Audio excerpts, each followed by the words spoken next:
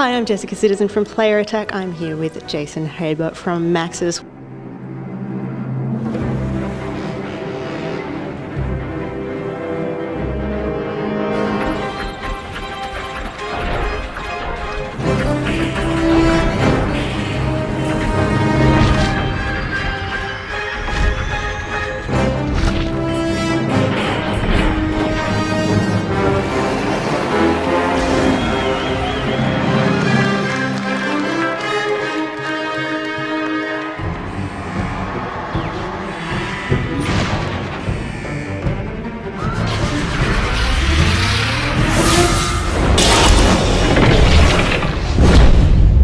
What's new since E3 in the world of SimCity? So there's a lot of new things, but today we were really talking about how multi-city play works and how one player can play multiple cities in a region and how they all work together and support each other. Because when most people hear about, SimCity is introducing multi-city, as you say, most people think that that's just going to be multiplayer, which means you can play with your mates either, across the table or across the world. But instead, if you want to run different cities with different purposes, that's all at your fingertips now. That's right, yeah. I mean, when you start a new region, you have the option to either play all the cities on your own, or you can play with your friends, or you can open it up to strangers, and then you can open it up to anybody, let me put it that way. And then when you're playing multiple cities, you sort of want to think about how those cities are going to work together, how they're going to support each other. So it may be something like, in the example I showed, I have a big casino city that needs a lot of people to come and be tourists. So I created some other cities to sort of provide people to come and be tourists in those cities. And I even created one that was a trash city, and all it did was provide trash coverage to those other cities. So, and that's a lot of fun to create and sort of push the system and see where you can go with it. So no longer do you have to decide, I'm going to build this city and it's going to be this single purpose, and what happens if I'd chosen to build a more industrial thing? Now you can actually play with all of those different possibilities. Yeah, exactly. I mean, so every city you make can be a little bit different. It can sort of have its own specialization, and you can sort of push that in different ways. It allows you to create these really fun cities too. If you built the right infrastructure where you create these central cities that are providing all the coverage, all the services and everything, you can sort of go crazy with some of the cities in there. So I made like a big roller coaster road city, which I'm sure you saw in my demo, and it seemed to go over really well today. So, so it's a lot of fun, yeah. And roller coasters and roads, and because roads can have corners now, they can actually be curvy. Yes, of course we can have curvy roads. It's one of the best, most requested features, and we've actually given a bunch of different road draw tools. So you can make straight roads, you can make just sort of wild, random, curvy roads. We even have this arc tool, so it's really easy to make nice, smooth curves. And then we have a grid, rectangle draw tool is what we like to call it, where you can make sort of whole city blocks. But in addition to that, it actually gives you guides when you're drawing those roads to sort of show you how you can optimally place those roads so you can really take advantage of the real estate. That's very important to our players. So. Well, I was about to say, how do you feel about making a game where the thing most people want is curvy roads? I feel great about it. I mean, the thing is, curvy roads are actually really complicated to put into the game.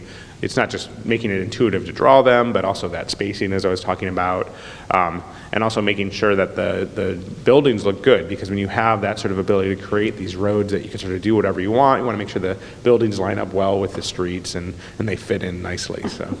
You do realize that games that SimCity has in fact ruined the mindset of a number of kids of a certain generation, because now when they're playing the city builders and the similar games that have come out now that don't adhere to a very strict grid, it's incredibly frustrating. And now you're adding corners, and now they're just, the whole thing, disarray. Yes, I know. But we know that that's important, so you can actually still make your grid if you want it. If you're that sort of player who wants their grid, you can still make it. You can still pack it in really tight. So we certainly have those players in our studio, many of them who like to pack in their cities tightly. But I like the creative city personally. I love creating that. And actually sometimes when I play, I'll make like my one city that's my tightly packed grid city, and my other city that's like my fun, crazy, weird road city. And roller coaster bridges. Yeah, exactly. Roller coaster bridges. See, and again, it comes back to the multi-city. You can actually see, okay, maybe if I wasn't adhering to the perfect graph paper. Yeah, exactly. Yeah, I mean, I think it's there's a lot of fun out there. There's a lot of creativity for people. One thing that struck me while I was watching this morning is the fact that as much as everything is different, as much as everything is glass box and shiny and 3D and beautiful colours and looks amazing, it is exactly the same game that we played back in, what was it, the early 90s, and it was, with no graphics and no 3D, it was all just very flat, everything. Yeah, it's true. I mean, I think that was one of the things we were really aiming to do, was make it. It is SimCity. It's got to feel like SimCity. And, when people get their hands on with it for the first time, I mean, that's sort of their first reaction is like, it is. It's SimCity. You made SimCity. Hooray.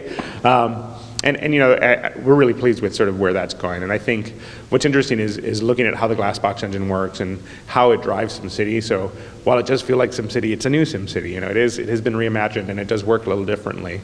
And so there's that fun of like discovering how it works and how the engine works and how to use it to your advantage. And we know a lot of people did that with our previous SimCity. So I think for those people, it's really opening up that opportunity again, that chance to sort of rediscover and rekindle that love of the game.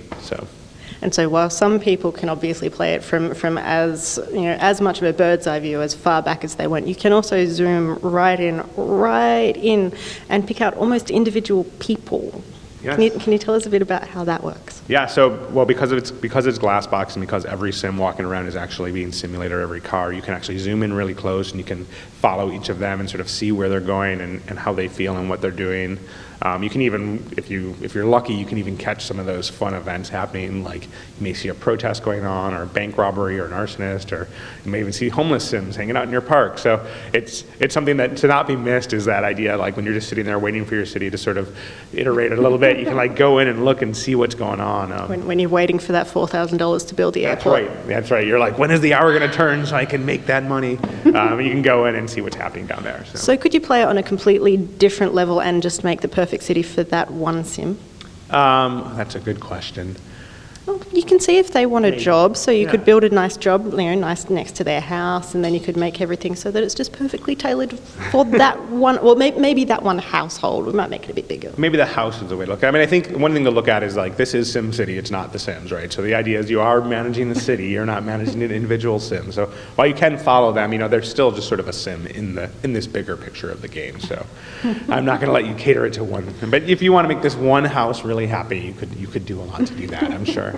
There'll be the Jessica Citizen house all around it, and they'll be really happy. So, see, now you're speaking my language. And how long are we going to have to wait before we can build this perfect city for this perfect sim? Well, SimCity is coming out in March 2013, so not too much longer. So excitement. Excellent. Thank you so much for your time. Thank you.